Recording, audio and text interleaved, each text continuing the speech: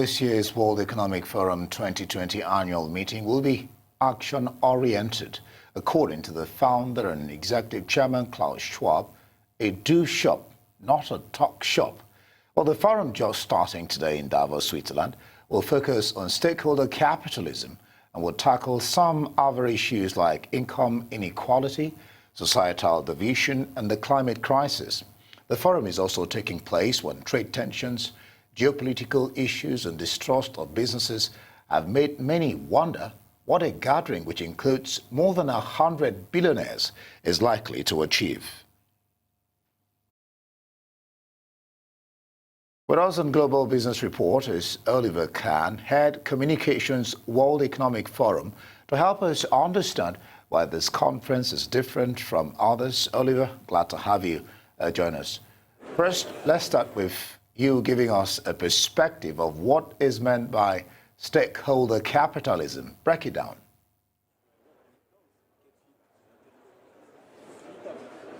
Thank you very much, Andy. Very good to be talking. Thank you for inviting me on the show today.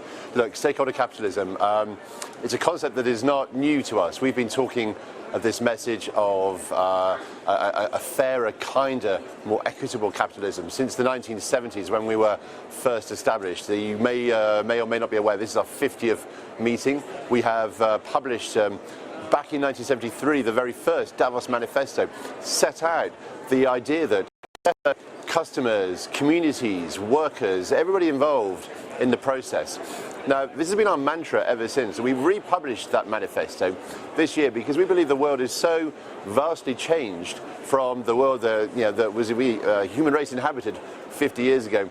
Climate change is a new disaster, a new crisis that we're facing. The change of technology, the shifts in geopolitics has occurred over that time. And we believe that it's not always been a fashionable concept. Shareholder maximization has very much driven capitalism. We've been warning against that every year, every decade, ever since. We just have to hope now we're doing our very, very best to ensure that the tipping point has arrived and that we are going to be having and looking into a future that is more inclusive. Oliver, Davos this time, according to the executive chairman, will be a do shop, not a talk shop. Sounds like a cliche. How is this meeting going to be different from last year's? Well, sometimes you have to use cliches to grab people's attention. Look, we're constantly aware that the dialogue happens. This is a place, let's not forget, that was brought together with the very purpose of creating a space for dialogue, for government leaders that don't get on and are unable to, have official channels for cooperation and for dialogue, for bringing together under one roof leaders from civil society organizations, activists, government leaders, business leaders. So let's start of all, talking is good. That's the first stage. But we've got to do more, much, much more. That's why this year we are anticipating a tipping point in the level of activity in terms of building those coalitions. We really need to create the kind of world that we know very urgently we need to start transitioning towards. And I'll give you a few examples. We've already kind of broken our own embargo, if you like. Tomorrow, we will be launching an initiative to plant 1 trillion trees worldwide in the coming decade. Another initiative to provide 1 billion people worldwide, the global workforce, 1 billion members of the global workforce, with new skills, better education, better jobs. We're doing this because we know that it's good for business and it's good for the world. And it's a classic example of how we need to work together to solve the problems that have been so far unsolvable. Well, the questions then will be how are you going to put this together to be able to achieve that in the next decade. But Trump is expected at Davos and is not keen on climate action. WEF says it is the top global risk area for business. The question then is whether you see tensions, a situation where outcomes related to climate issues could be, if you like, watered down for lack of support from the world's largest economy.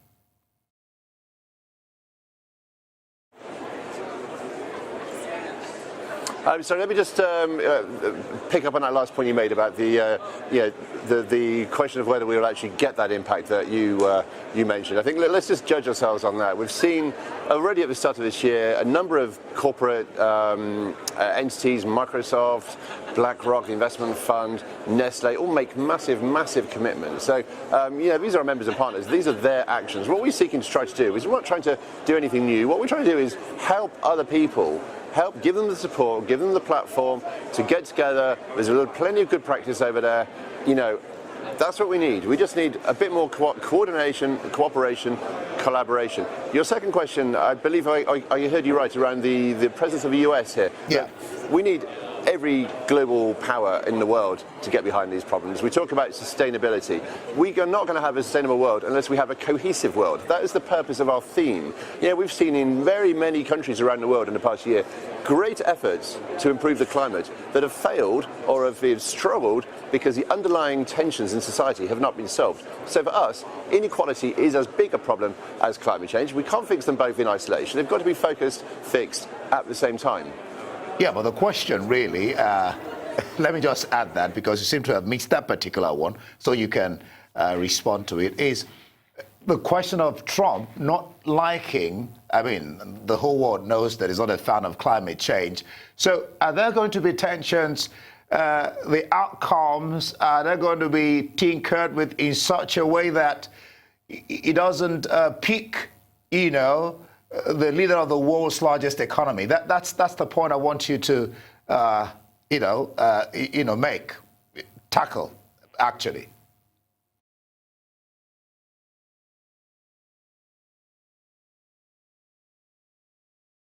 The World Economic Forum annual meeting every year. The World Economic Forum's role as the international organization for public-private partnership would not be needed. There's always tension. There are always interests and divergent opinions on things. That's what we do best. So we'll have Greta Thunberg in the Congress Hall today, along with the President of the United States, the Vice Premier of China. Three very important people shaping the global news agenda. So delighted that they will all be here. You'll be aware, of course, that there are a large number of American corporations that are doing very good work, seeking to be very proactive on issues such as climate change, on inequality, on inclusiveness and diversity. So we have all those stakeholders. Our idea here is just to get as much consensus as possible and as much action as possible. Hence the do talk rather than the talk shop. Delighted that we have the people in this building. That's a great first step as far as I'm concerned. Yes, indeed. All right, we'll have part of Davos Manifesto 2020. Oliver, tell us what is in it. Why does Davos need a manifesto in the first place, and who is paying any attention to it?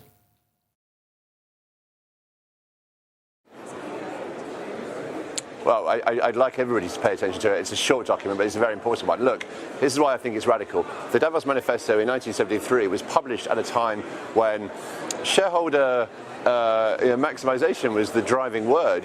We had 3-4 decades of large-scale economic expansion. The purpose of capitalism at the time was to provide value for shareholders, and that whole kind of trickle-down mentality was very much the driving force. We were very unfashionable at that time. We've been unfashionable since. We were warning about the risks of on the environment of capitalism back in the 1970s. We were warning of the risks on inequality of globalization in the 1990s. Here's what we need: a new one today. If you read the Davos Manifesto 2020, you'll see bits in there about the need for fairer taxes, for international agreements on taxes to reflect the fact that our global economy has changed. There's much more international business. There's much more tax evasion at the moment.